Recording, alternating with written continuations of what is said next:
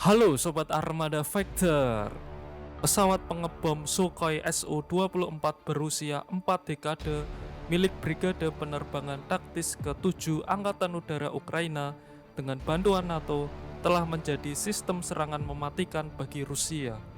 Itulah sebabnya Angkatan Udara Rusia melakukan yang terbaik untuk menghancurkan brigade tersebut yang beroperasi dari sebuah lapangan terbang di Starokostiantynivka di Ukraina Barat.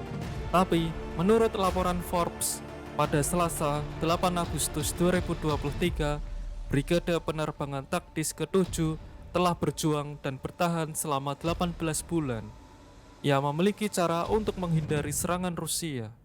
Brigade ke-7 hanya memiliki beberapa lusin bomber Su-24M bermesin ganda, 2 kursi, dan pesawat pengintai Su-24MR ketika Rusia memperluas perangnya di Ukraina pada 24 Februari 2022. Serangan rudal Rusia di pangkalan udara Ukraina pada awal-awal pertama invasi yang luas hanya mencapai sedikit nilai. Diberitahu oleh intelijen NATO, kru Ukraina telah dievakuasi dengan pesawat mereka ke lapangan terbang kecil atau bahkan lapangan terbang jalan raya. Su-24M dari Brigade ke-7 dengan cepat terbang ke medan perang, biasanya dengan muatan bom gravitasi yang tidak terarah. Pada 24 Februari 2022, beberapa bomber supersonik tersebut melesat rendah untuk menjatuhkan bom ke pasukan terjun payung Rusia yang berupaya untuk mendapatkan penginapan di Bandara Hostomel di luar Kiev.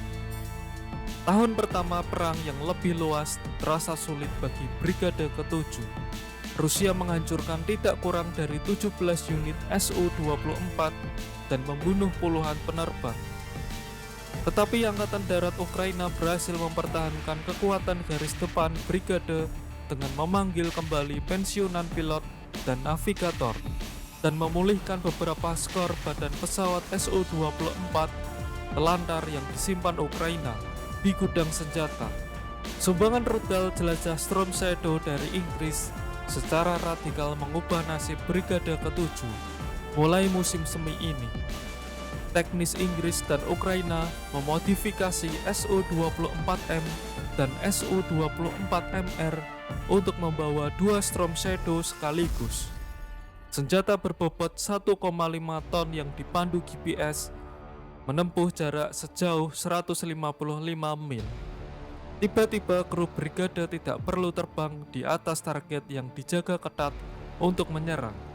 Mereka dapat melancarkan serangan saat terbang di ruang udara yang dikendalikan Ukraina yang relatif aman. Tingkat kerugian Brigade ke-7 turun drastis. Unit ini berubah dari kehilangan rata-rata 1 atau 2 pembom sebulan pada tahun 2022, kini pada tahun 2023 hampir tidak ada.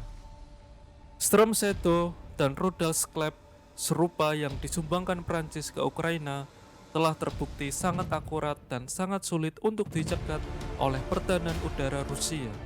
Su-24 yang dipersenjatai rudal telah menyerang simbol logistik di Ukraina yang diduduki Rusia serta depot perbaikan besar tentara Rusia untuk kendaraan tempur di Crimea yang diduduki. Pada atau sebelum hari Minggu, para bomber Su-24 tersebut menyerang 2 dari 4 jembatan yang menghubungkan Crimea ke Oblast Kherson di Ukraina Selatan yang dikuasai Rusia. Brigade ke-7 melakukan kerja keras untuk mengisolasi Crimea, secara bertahap menempatkan kondisi bagi pasukan Ukraina untuk akhirnya membebaskan semenanjung itu.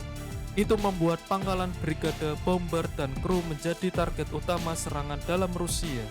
Rudal jelajah Rusia menargetkan lapangan terbang Starokostiantynivka pada 29 Mei dan lagi pada 26 Juli.